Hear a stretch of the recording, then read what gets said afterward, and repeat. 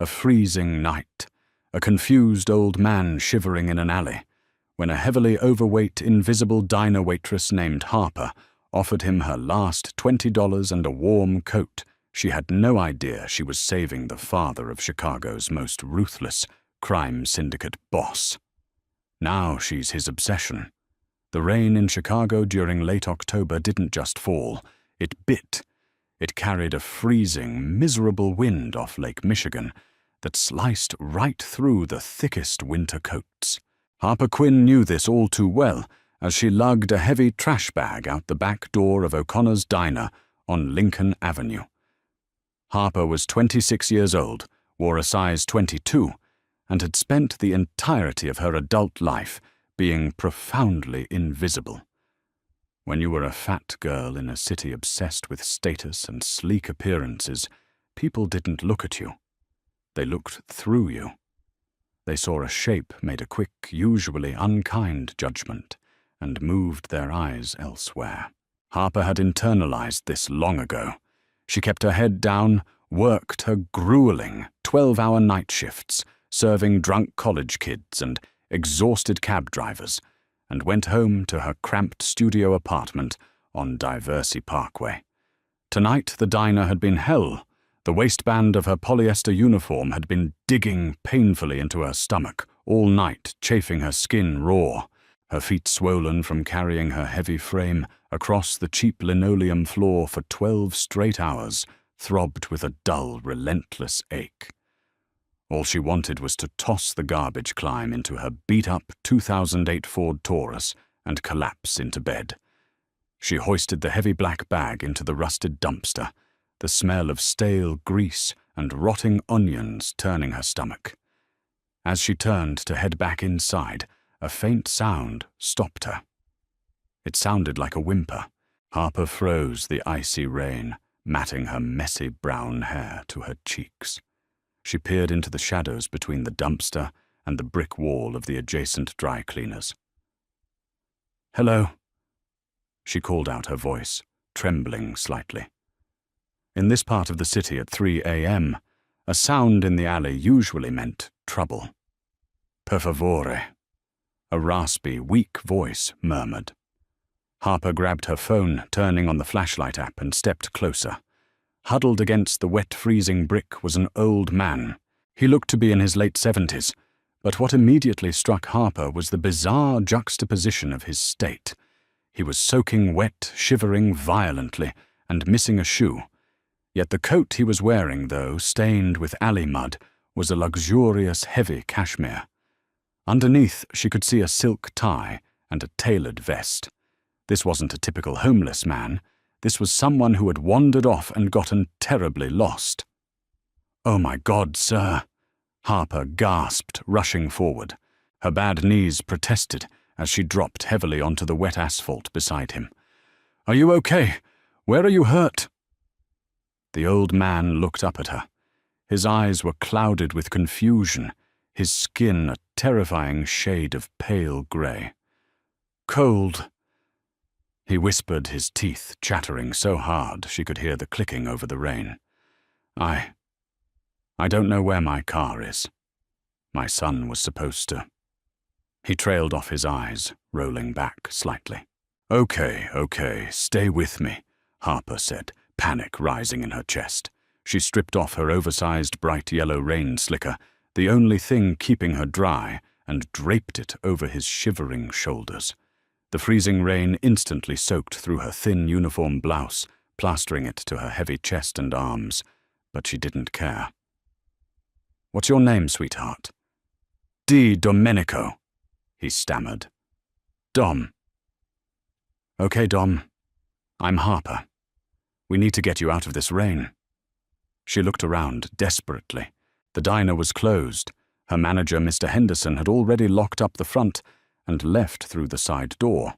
If she called an ambulance, it might take 20 minutes to arrive in this weather, and Domenico looked like he was bordering on hypothermia right now. "Can you stand? My car is just right there." Harper pointed to the idling Taurus a few feet away. Domenico nodded weakly, but when he tried to put weight on his legs, he collapsed. Harper didn't think twice. Pushing past her own exhaustion, she wrapped her thick arms around his waist, using her substantial weight and leverage to haul him up. She practically carried him, his arms slung over her broad shoulders, shuffling him toward the passenger side of her car. Once she got him inside and blasted the heater, the severity of the situation hit her. He was burning up with a fever, yet shivering. He kept muttering in rapid-fire Italian, clutching his chest. "Hospital," Harper muttered to herself, throwing the car into drive. "I'm taking you to Northwestern Memorial Dom." "No." Domenico suddenly grabbed her wrist with surprising strength, his clouded eyes momentarily sharpened with sheer terror. "No hospitals. Please, they will find me. The bad men." "No hospitals, Harper. I beg you." Harper stared at him bewildered. Dementia, she thought. He was paranoid, but the sheer panic in his voice made her hesitate. He was having a panic attack, gasping for air. If she forced him into an ER, the stress might give him a heart attack. Okay, no hospital," she soothed, pulling the car out of the alley. "I live 5 minutes away. I'll take you to my place, get you dry, and we'll figure out your family in the morning. Does that sound okay?" Domenico slumped back against the seat, nodding weakly. "You are a good girl," he whispered before passing out. The next hour was a blur of frantic activity. Harper managed to get the unconscious old man up the 2 flights of stairs to her apartment, a physical feat that left her gasping for air and her muscles screaming. She laid him on her worn-out floral sofa, stripped him of his wet, ruined designer clothes, and dressed him in a pair of her oversized sweatpants and a massive baggy t-shirt. She wrapped him in every blanket she owned. When she checked his discarded jacket for an ID, she found nothing but a damp, leather-bound notebook and a small, empty plastic pill bottle. The label read, "Nitroglycerin, Domenico Rossi, heart medication." Harper looked at the empty bottle, then at the pale, sweating old man on her couch. He needed those pills. She checked her bank app, $42.18 in her checking account, until payday on Friday. She grabbed her keys, ran back out into the freezing rain, and drove to the 24-hour Walgreens on Belmont Avenue. She didn't have a prescription, but after crying and begging the graveyard shift pharmacist explaining, she found a confused old man who needed his emergency heart meds. The pharmacist took pity on her and gave her an emergency blister pack. It cost her $38. Back at the apartment, she managed to wake Domenico just enough to place a pill under his tongue. Within 30 minutes, his breathing evened out, and the terrifying grey pallor left his face. Harper sat on the floor next to the sofa, wrapped in a towel, shivering in her wet underwear, because she had given him all her blankets. She watched him sleep, feeling a strange sense of protective warmth over this lost old man. She was exhausted, broke and freezing, but as she laid her head against the armrest of the sofa, she felt something she hadn't felt in a long time useful. The sun wasn't even up when the nightmare began. Harper awoke with a violent start to the sound of wood splintering. Before her brain could even register what was happening, her front door was kicked off its hinges, crashing onto the cheap laminate flooring of her entryway with a deafening bang. She screamed, scrambling backward until her wide back hit the wall. 4 massive men in dark suits swarmed into her tiny apartment. They moved with terrifying, practiced precision, their hands gripping matte black handguns with silencers attached. "Clear the kitchen," one of them barked. "Bedroom is clear," another shouted. Harper was hyperventilating, pulling a decorative throw pillow over her chest as if it could stop a bullet. She was wearing an old threadbare tank top and a pair of flannel shorts, acutely humiliatingly aware of her large thighs and dimpled skin exposed to these terrifying strangers. Then a 5th man walked through the ruined doorway. The air in the room seemed to plummet 10 degrees. He didn't carry a gun, but he was by far the most dangerous thing in the room.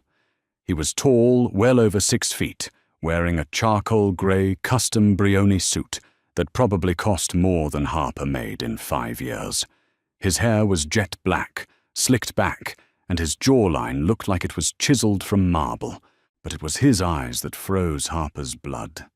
They were a dead, icy brown, entirely devoid of mercy. He surveyed the tiny, cramped apartment with a look of utter disgust.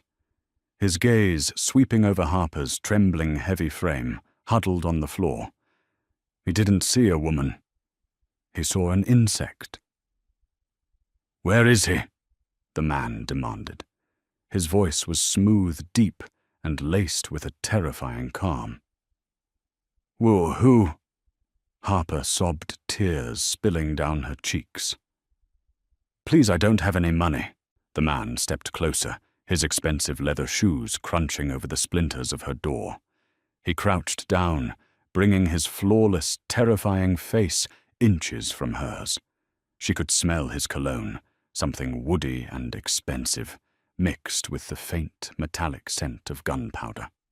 "Do not play stupid with me," he whispered, grabbing a fistful of her messy hair and jerking her head back.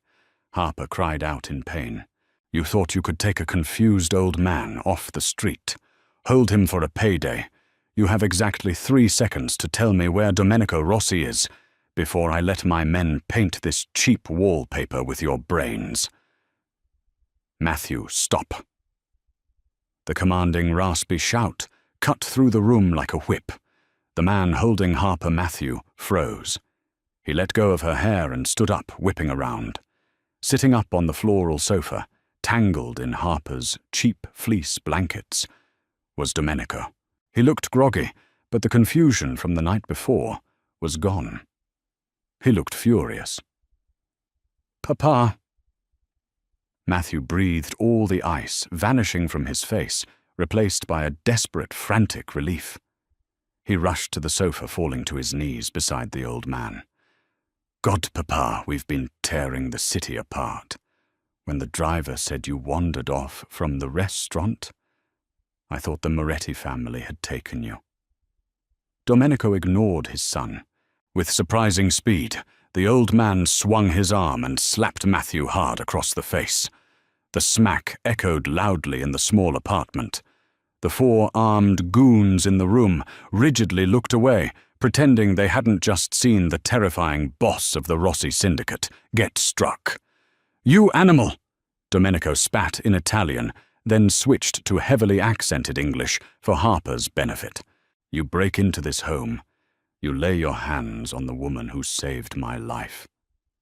Matthew looked stunned, a red handprint blossoming on his aristocratic cheek. He looked from his father to the sobbing, overweight girl huddled on the floor. "Saved your life, Papa. She's a nobody. She probably lured you here to—" "Silenzio."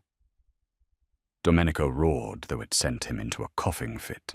Harper, acting on pure instinct, scrambled up from the floor, grabbed a glass of water from the coffee table, and handed it to Domenico. He took it gratefully, his eyes softening, as he looked at her.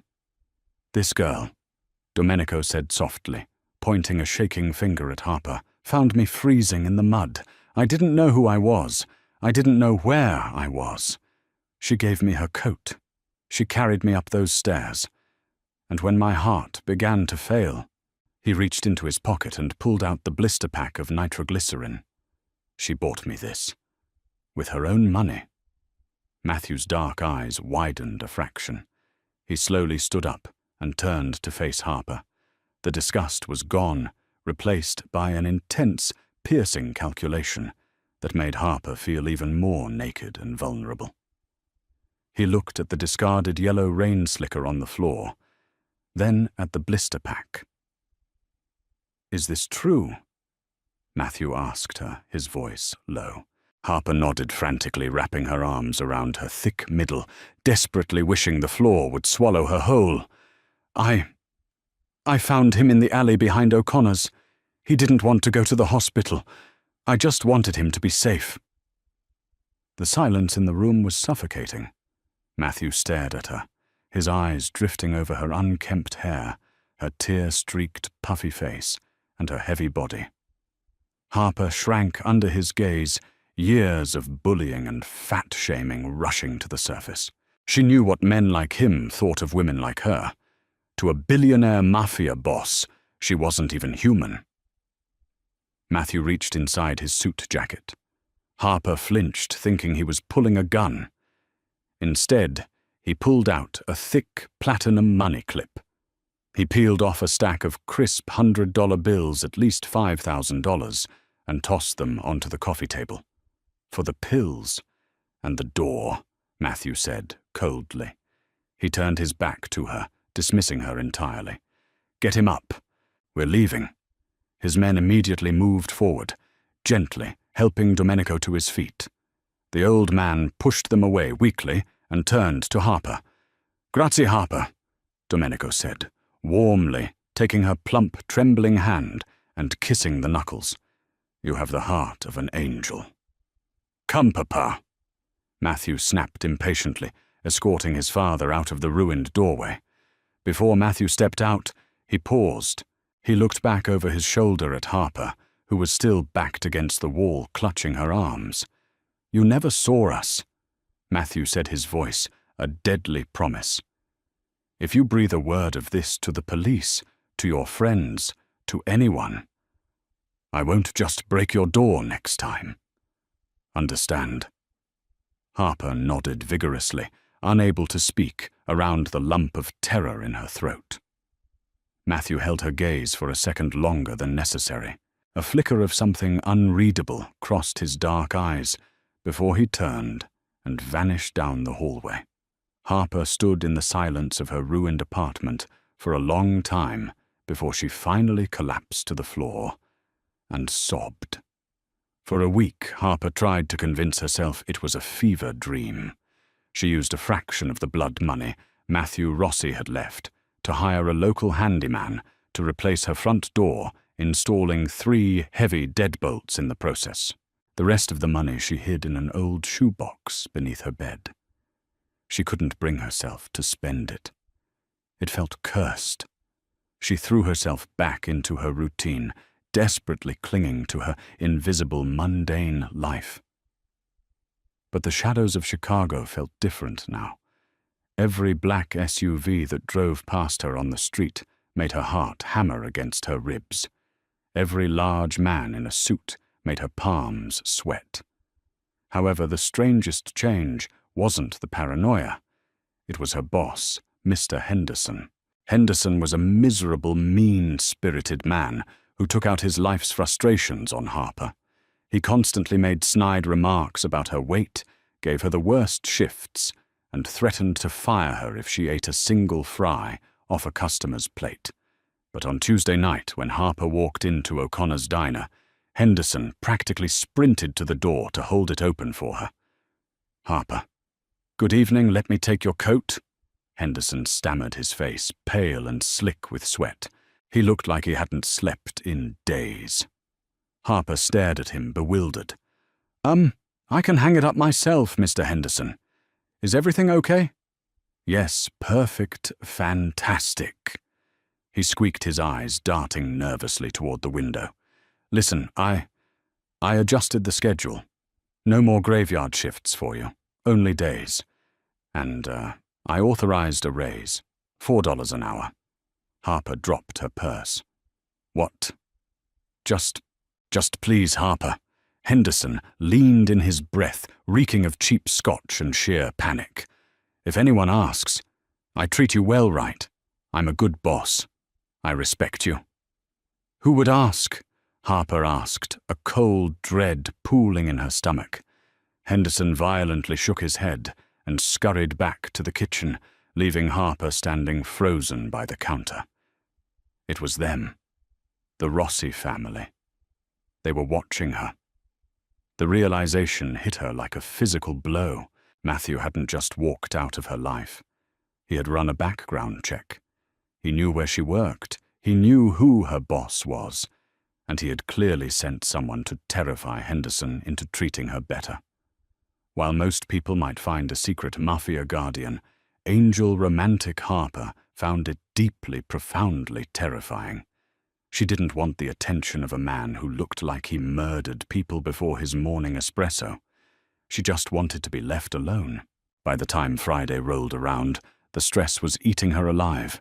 Her anxiety spiked so high she could barely eat, which was ironic, considering how much comfort she usually found in food. It happened after her shift around 9 p.m. She was walking to her car parked 3 blocks down a poorly lit side street because the diner's lot was full. The wind was howling, rattling the street lamps above. "Hey, big girl," Harper stopped. Stepping out from the shadow of a boarded-up storefront was Ricky "Shiv" Jenkins, a local low-level gangbanger who terrorized the Lincoln Park neighborhood. He was high-jittery and holding a switchblade that glinted under the flickering amber streetlights. "Hand over the purse, Porky." Ricky sneered, taking a step closer, waving the blade. "And the keys, let's go." Harper's breath caught. She clutched her worn leather purse to her chest. "Ricky, please. I don't have anything. Just leave me alone." "I said give it here." Ricky lunged forward, grabbing the strap of her purse. Harper, driven by a surge of adrenaline, yanked back with all her weight. Because of her size and low center of gravity, Ricky lost his footing and stumbled forward. Harper shoved him away, trying to run toward her car. "You fat bitch," Ricky snarled, recovering his balance and lunging at her with the knife raised. Harper screamed, throwing her arms up to shield her face. The impact never came. A shadow seemed to detach itself from the brick wall beside them. It moved with blinding, terrifying speed. A massive hand shot out, grabbing Ricky by the throat, hoisting the gangbanger completely off his feet. Harper gasped, stumbling backward against a parked car. Holding Ricky suspended in the air was a giant of a man in a black trench coat. He was easily 6'5", built like a tank. With a sickening crunch, the giant squeezed, and Ricky dropped the knife, choking his eyes bulging out of his skull. Another man stepped out of the darkness. He calmly walked over to the dropped switchblade, picked it up with a gloved hand, and then looked at Ricky. "The boss said nobody touches her," the second man said casually. He then drove his fist directly into Ricky's ribs. The crack of bone was loud in the empty street. Ricky let out a garbled shriek as the giant tossed him into a pile of garbage bags like a broken toy. "Don't ever look at her again, or we cut your eyes out," the giant rumbled. Harper was paralyzed with shock, sliding down the side of the parked car until she hit the wet pavement. She squeezed her eyes shut, waiting for them to turn on her. Instead, she heard the smooth, terrifying purr of an engine. A sleek, black Mercedes Maybach pulled up to the curb directly in front of her. The rear door swung open. Sitting in the plush leather back seat, bathed in the soft, ambient glow of the car's interior, was Matthew Rossi. He was wearing a pitch-black suit tonight, his collar unbuttoned, looking like a dark prince of the underworld. His icy brown eyes locked onto Harper, who was trembling violently on the pavement. "Get in," Matthew commanded. It wasn't an invitation. No. Harper whimpered, pressing her back against the tire of the parked car.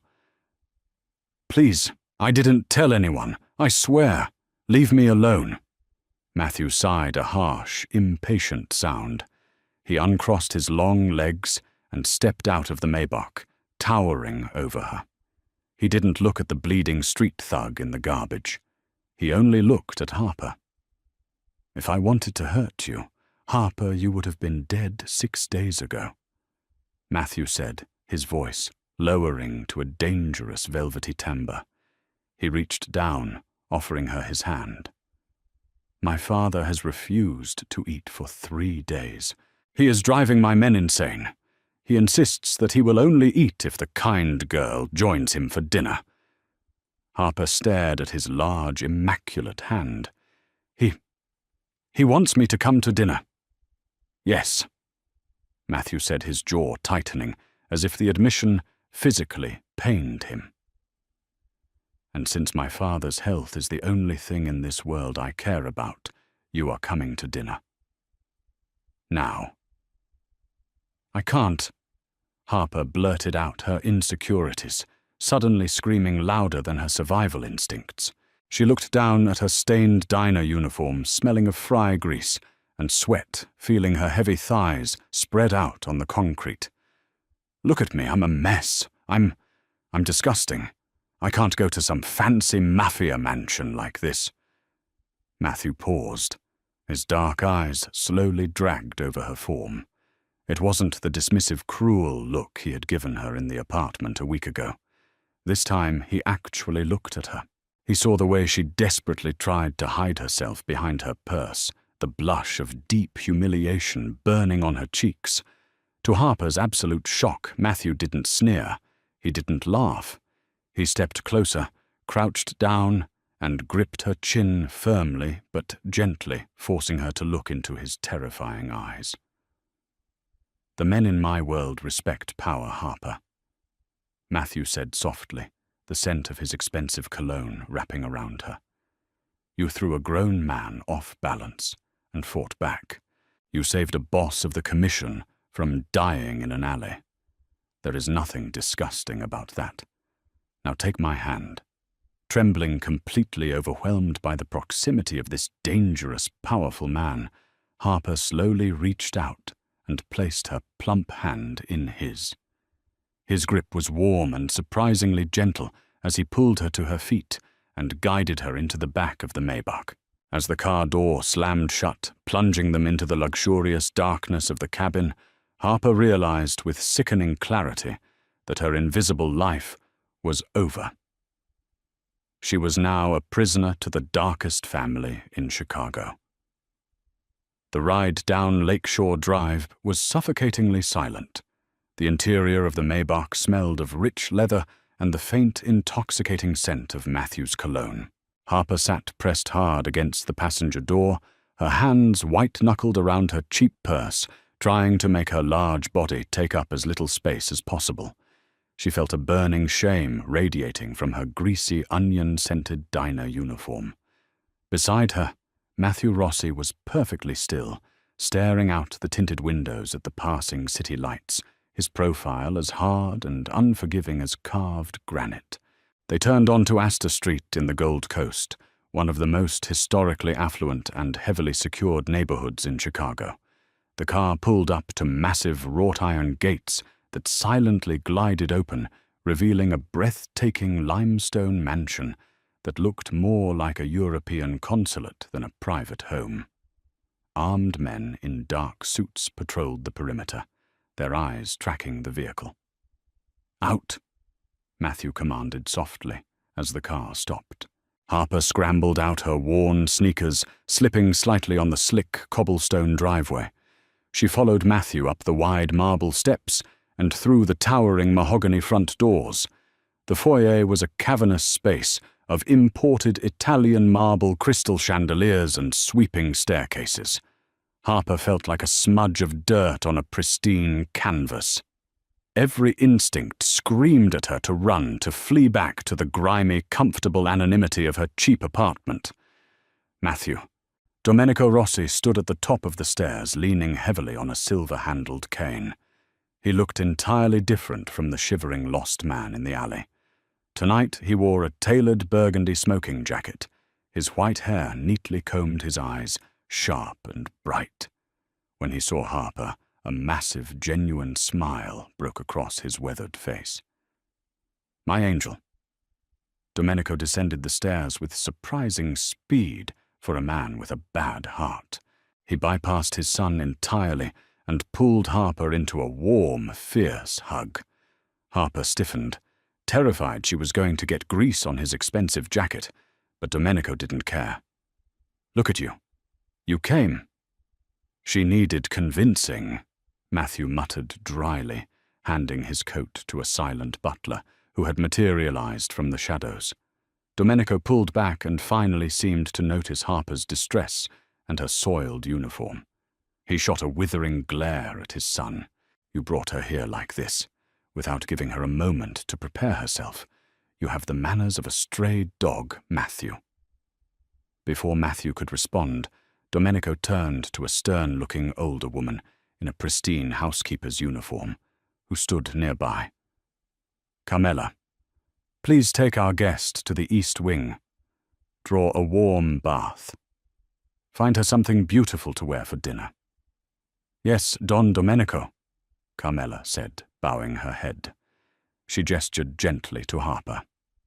"Right this way, miss." Harper wanted to protest, to say she was fine, but the exhaustion and the sheer bizarre reality of the situation silenced her.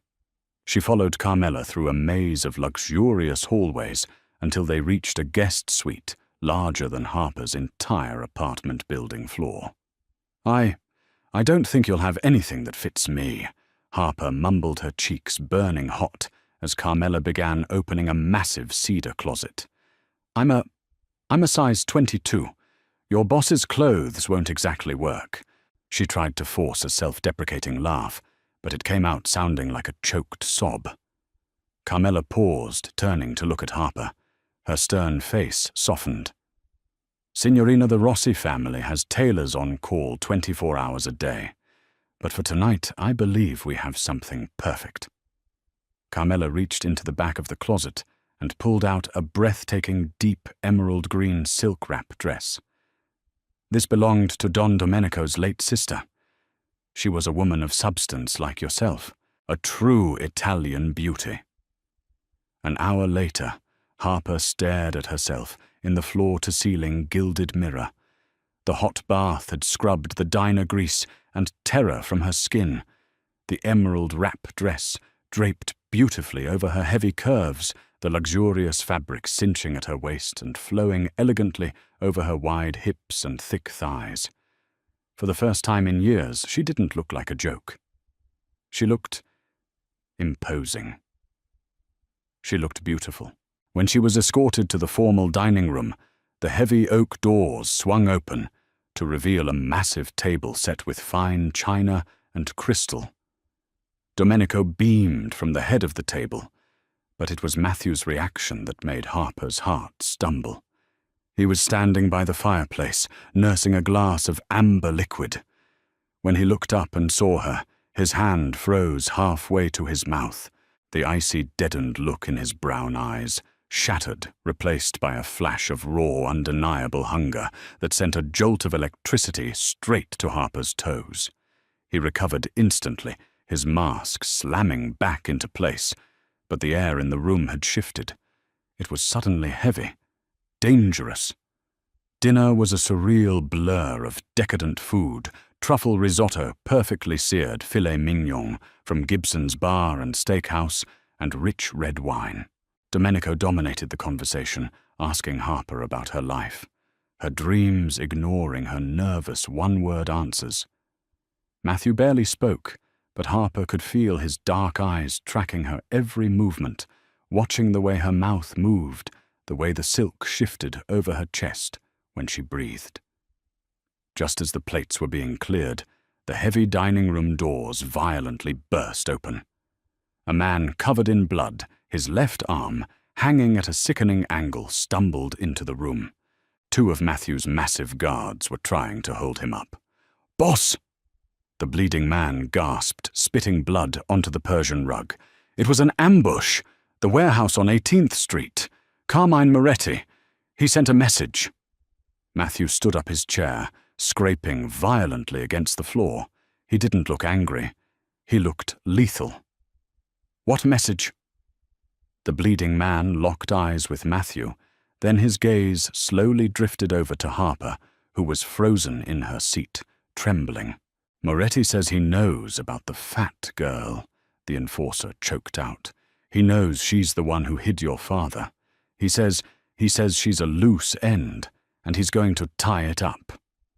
The wine glass in Domenico's hand shattered red wine bleeding over the pristine white tablecloth. "Absolutely not. You cannot keep me here." Harper's voice cracked, echoing off the high ceilings of Domenico's private study. She was pacing furiously, the heavy silk of the emerald dress snapping around her ankles. The terror of the bloody enforcer had quickly morphed into a frantic, trapped panic. Matthew stood behind his father's massive mahogany desk, casually pouring himself a fresh glass of scotch. He was maddeningly calm, entirely unbothered by her outburst. "You're not a prisoner, Harper," Matthew said smoothly, taking a slow sip. "You are a guest, a very heavily guarded guest. I have a job. I have rent to pay. I have a life," she yelled, her chest heaving. "You can't just kidnap me because some rival gang boss knows my name." Matthew set his glass down. His dark eyes locked onto hers, and the temperature in the room plummeted. He walked slowly around the desk, advancing on her like a predator closing in on cornered prey. Harper instinctively took a step back, her back hitting the heavy oak bookshelves. Matthew stopped mere inches from her. He braced his large hands on the shelves on either side of her head, trapping her. He was so close, she could feel the heat radiating off his body, smelling the intoxicating mix of Scotch danger and expensive cologne. "Your boss at O'Connor's has been given a $5,000 bonus and told you are taking a sudden leave of absence." Matthew whispered, his voice a low, terrifying rumble that vibrated in Harper's chest. "Your landlord has been paid 6 months' rent in advance. Your belongings are currently being packed by my men and will be moved into a secure vault. You have no life out there anymore, Harper. Carmine Moretti is a butcher. If you walk out those front doors, he will have his men drag you into a van. He will torture you to punish my father, and then he will dump your body in the Chicago River. Do you understand me?" Harper squeezed her eyes shut, a tear slipping down her cheek. "Why is this happening to me?" she sobbed quietly. I just gave an old man a coat." Matthew's hardened expression faltered. He stared down at her trembling lips, the soft curve of her cheek wet with tears. Slowly hesitant, as if approaching a wild animal, he lifted his hand. His rough thumb gently wiped the tear from her skin. The contact was electric, sending a shiver violently through Harper's body. "In my world," Matthew said, his voice stripped of its icy armor, revealing a startling raw exhaustion. "Kindness is a myth. People only give to get something in return. Money, territory, blood. When my men told me you spent your last $40 on my father's medication, I didn't believe it. I thought you were playing an angle." Harper opened her eyes, looking up into his intense brown gaze. "I'm not a player in your games, Matthew. I'm just nobody." "You are not nobody," he stated fiercely, his thumb tracing the line of her jaw. He looked at her, not with the disgust she was so used to from men, but with a fierce, possessive reverence that terrified her more than the guns. "You are the woman who saved the Don of the Rossi family, and as long as I have breath in my lungs, no one will ever touch you. This house is your fortress now. Get used to it." He stepped back abruptly, the cold mask slipping perfectly back into place. He turned and walked out of the study, locking the heavy doors behind him. Harper slid down the bookcase until she hit the floor, burying her face in her hands. She was alive, but she was trapped. It was a golden cage lined with silk dresses and gourmet food, but a cage nonetheless. Days bled into a week. Harper's existence became a bizarre routine of forced luxury. She wasn't allowed outside the estate walls. She spent her days wandering the massive gardens, followed at a discreet distance by armed guards. She read in the sprawling library. She took meals with Domenico, who treated her like a cherished daughter, telling her wild, sanitized stories of his youth in Sicily. Matthew was a ghost. She only saw him in passing, striding down hallways, surrounded by grim-faced men, his suit jacket off, exposing the holstered gun strapped to his ribs. Every time their eyes met, The air sparked with an unspoken, suffocating tension. But he always looked away first. It was on the 8th night that the silence broke. Unable to sleep, wrestling with severe anxiety, Harper slipped out of her suite at 2 a.m. She padded down to the cavernous stainless steel chef's kitchen. Cooking had always been her coping mechanism, when the world was cruel butter and carbohydrates made sense. She found a loaf of artisan sourdough and a block of aged cheddar, turning on the massive industrial stove to make a grilled cheese sandwich. "Do you always cope with stress by eating, or is this a special occasion?" Harper gasped, dropping the spatula. Matthew was leaning against the doorframe, bathed in the dim light of the under-cabinet LEDs. He looked wrecked. His tie was gone, his shirt unbuttoned halfway down his chest, and he held a tumbler of straight vodka. There were dark, bruised circles under his eyes. It calms me down." Harper defended defensively, crossing her arms over her thick stomach, suddenly hyper-aware of her plush, oversized pajamas. "Do you mind?" "It's the middle of the night." Matthew slowly walked into the kitchen, setting his glass on the marble island. He looked at the sizzling sandwich in the pan, then up at her. "Make me one," he said simply. Harper blinked in surprise. "You want a grilled cheese?" "I haven't eaten in 2 days," Matthew replied, running a hand through his usually immaculate hair, messing it up. "Carmine Moretti has hit 3 of our shipping warehouses. We are bleeding money and men. I am trying to keep a war from spilling onto the streets of Chicago, and my father is demanding I spend more time socializing with our guest." He let out a harsh, bitter laugh. "So yes, make me a sandwich, Harper." They sat on opposite sides of the massive kitchen island, eating in silence. For the first time, Matthew didn't look like a terrifying mafia boss. He looked like a deeply exhausted man carrying the weight of a violent empire on his shoulders. "Is this your whole life?" Harper asked softly, breaking the silence. "Just waiting for the next attack?" Matthew stopped chewing. He looked at her, really looked at her, his dark eyes stripping away her defenses. "It is the only life I have ever known. But recently, I have found myself distracted by things that do not belong in this life." His gaze dropped to her mouth, lingering there. The tension in the kitchen suddenly spiked, becoming thick and heated. Before Matthew could say another word, the kitchen's intercom system flared to life with a deafening, shrieking alarm. Red strobe lights began pulsing outside the kitchen windows, painting the marble floors in the color of blood. "Boss," a panicked voice crackled over the intercom. "Perimeter breach on the north wall. Multiple armed hostiles. They're inside the gates. Moretti's men are inside." Matthew was on his feet in a microsecond, the exhaustion vanishing, replaced by pure, terrifying violence. He drew a heavy Glock from the holster at his waist and lunged across the island, grabbing Harper's arm. "Move!"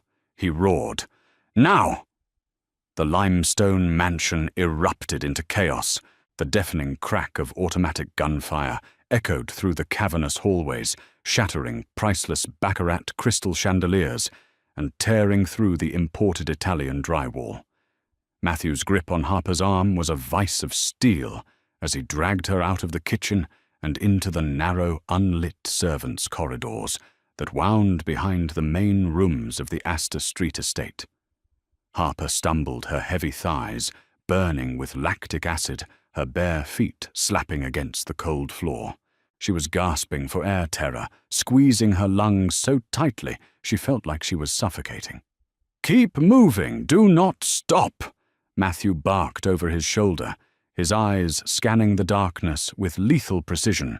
He fired 2 blind shots down a cross corridor, and Harper heard a man scream, followed by the heavy thud of a body hitting the floor. "Matthew, your father," Harper cried out, her chest heaving. "Where is Domenico?" "He's in the reinforced wing with his personal detail. He is safe." Matthew said, kicking open a heavy wooden door that led to the grand foyer. My men are dying out there. Moretti bypassed the perimeter sensors. That is impossible without inside codes. Before Harper could process the horrifying implication of his words, they stepped into the massive marble-floored entryway. Standing between them and the reinforced steel door of the basement safe room was Declan Hayes, the Rossi family's head of security. Declan was a massive, scarred Irishman who had worked for Domenico for 20 years, but right now Declan's gun wasn't pointed at the front door. It was pointed directly at Matthew's chest. "Declan," Matthew said, his voice dropping to a terrifying, deadly calm. He stepped slightly in front of Harper, shielding her wider frame with his own. "What have you done?" Declan sneered, his finger whitening on the trigger. "Sorry, boss. Moretti offered me the entire Southside operation and a seat at the commission. You've been distracted lately.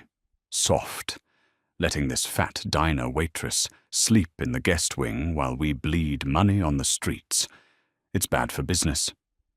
"You are a dead man," Matthew promised, raising his Glock. But Declan fired first. The gunshot in the marble room was louder than a bomb. Matthew let out a sharp, guttural grunt as the bullet tore through his left shoulder, spinning his large frame around. He collapsed to one knee, his gun clattering across the slick marble floor, sliding completely out of reach. Blood instantly bloomed, soaking through his pristine white dress shirt in a horrifying crimson wave. Declan chuckled, walking slowly toward them, aiming the gun at Matthew's head. "Nothing personal, Matthew. Just a change in management." Harper was frozen. The man who had protected her, the invincible, terrifying Mafia king, was bleeding out on the floor. Declan was going to execute him, and then he was going to kill her. She was just a waitress. She was nobody. She was just the fat girl who took out the trash. No. A primal volcanic rage suddenly erupted in Harper's chest. She looked at Matthew bleeding on the floor, and something inside her snapped. She wasn't going to die, cowering. As Declan stepped within 3 feet, cocking the hammer of his gun, Harper let out a scream that tore her throat raw. She didn't try to run away. She threw herself entirely forward. Declan, expecting her to flee or beg, was caught completely off guard. Harper used every ounce of her 250-pound frame, launching herself like a battering ram directly into Declan's chest. The sheer unexpected mass and momentum of her body hit the enforcer with the force of a freight train. Declan let out a breathless gasp as his ribs cracked under her weight. The gun fired wildly into the ceiling as they both went crashing to the hard marble floor. Harper landed heavily on top of him, knocking the wind entirely out of his lungs. Declan thrashed violently, trying to throw her off, but Harper's low center of gravity and absolute desperation made her an immovable boulder. He punched her hard in the ribs, the pain exploding in her side, but she didn't budge. She scrambled her thick fingers blindly across the floor until she felt the heavy, solid brass base of a standing coat rack. With a feral cry, she gripped the brass base, hoisted it up with both hands, and brought it down violently against the side of Declan's skull. The traitor went completely limp. Harper rolled off him, gasping, her plush pajamas soaked in her own sweat and Declan's blood. She pushed herself up onto her hands and knees, trembling so violently her teeth chattered. "Harper!" She whipped her head around. Matthew was staring at her from his position on the floor. His hand was clamped over his bleeding shoulder, his face pale, but his dark eyes were wide, with absolute, unrestrained awe. He had just watched a woman most of his men dismissed as weak and invisible absolutely destroy a highly trained hitman. Before Matthew could speak, the front doors violently burst open. Dozens of men in black tactical gear flooded the room. Harper screamed, covering her head, but Matthew painfully raised his good arm. "Hold fire!" Matthew roared. It was the Rossi reinforcements. At the head of the pack was Domenico, flanked by 8 heavily armed guards, his eyes wild with panic, until he saw them. "Secure the perimeter!" Domenico bellowed, rushing forward. "Get a doctor. Now!" Matthew ignored his father. He ignored the men swarming the room, dragging Declan's unconscious body away. He painfully dragged himself across the bloody marble until he was sitting right next to Harper. He reached out with his uninjured arm and pulled her heavy, shaking body against his chest, burying his face in her messy hair. "You are magnificent," he whispered fiercely against her ear, his blood staining her pajamas. Absolutely magnificent. The aftermath of the Astor Street siege was swift and brutal. With Declan's treachery exposed, the Rossi family completely decimated Carmine Moretti's organization within 48 hours. The streets of Chicago ran red, but inside the mansion, there was only the quiet beep of medical monitors. 3 days later, Harper sat in a plush armchair in Matthew's private, heavily guarded bedroom. He was propped up against the pillows, his chest bare, a thick expanse of white bandages wrapping his shoulder. He looked tired, but the icy, deadened look that used to haunt his eyes was gone. Harper was nervously twisting the fabric of her oversized sweater. The adrenaline had worn off days ago, leaving behind a crushing wave of her old insecurities. The war was over. Matthew was safe. There was no reason for her to stay in this golden cage anymore. "You haven't looked at me in an hour," Matthew noted quietly, his deep voice filling the quiet room. Harper stared at her lap, her cheeks burning. "I should go, Matthew. The doctors say you're out of the woods. Moretti is gone. I can go back to my life now. You can get back to yours." "My life," Matthew repeated, shifting slightly in the bed. "And what life is that?" This Harper gestured to the opulent room, to the armed guards stationed outside the oak doors. "The glamour, the danger, the beautiful plastic socialites you're used to. I don't fit here, Matthew. Look at me. I'm fat. I'm plain. I'm a waitress who smells like cheap coffee. I was just a pawn in your war. But the war is over." "Stand up," Matthew commanded softly. Harper frowned, but she slowly pushed herself out of the armchair. "Come here." She tentatively walked to the edge of his bed. Matthew reached out with his uninjured arm, wrapping his large hand around her thick waist, and effortlessly pulled her down to sit on the edge of the mattress. He didn't let go. His hand slid up, resting warmly against the curve of her stomach, making her breath catch in her throat. When I look at the women in my world, Harper, I see nothing but fragile, hollow shells. Matthew said, his brown eyes burning with a fierce, possessive heat. They would have run or screamed or fainted when Declan pointed that gun at me. But you... He let out a low, rough laugh. You threw 250 pounds of pure fury at him. You broke his ribs. You saved my life. Harper felt tears prick her eyes. I was terrified. You were a queen protecting her king, Matthew corrected fiercely. He cupped her cheek, his thumb brushing away a rogue tear. I'm a man who respects substance, Harper. I respect power. I respect survival. You have all three. Every curve, every inch of you is real.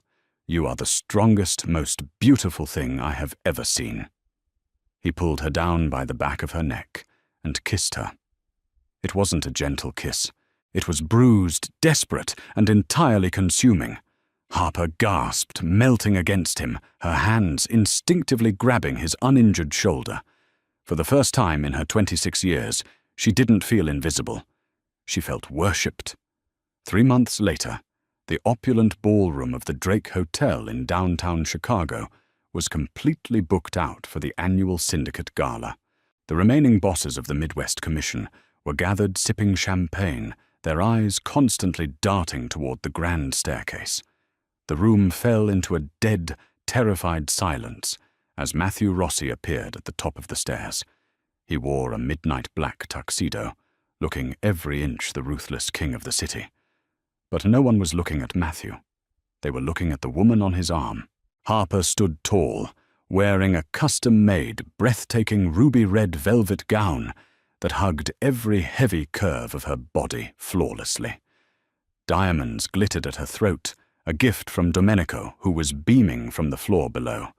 Her hair was styled in soft, cascading waves, and her makeup was flawless. A few murmurs rippled through the crowd, whispers of her size, whispers of her origins. But Matthew simply cast a single lethal glare over the ballroom, and the whispers died instantly. He lifted Harper's hand, kissing her knuckles exactly as his father had done in that cheap apartment months ago. "Are you ready, Mia Regina?" Matthew murmured a private smile reserved only for her. Harper looked out over the sea of powerful, dangerous men. She wasn't the invisible waitress from O'Connor's anymore. She was the woman who broke a hitman. She was the woman who held the heart of the devil himself. She tightened her grip on Matthew's arm, holding her head high, completely unapologetic of her size, her power, or her place in this world. "Let's go say hello to our guests." Harper smiled. The heavy, invisible girl was dead. The Mafia Queen had arrived. Did Harper's incredible transformation from a bullied, invisible waitress into a fierce, unapologetic Mafia Queen leave you screaming for more? This story proves that real strength and beauty come in all sizes. If you loved seeing Matthew worship every curve of her body and defend her against the entire criminal underworld, hit that like button, subscribe to the channel, and share this video. Drop a comment below. Would you have risked it all to save the old man in the alley? Let us know.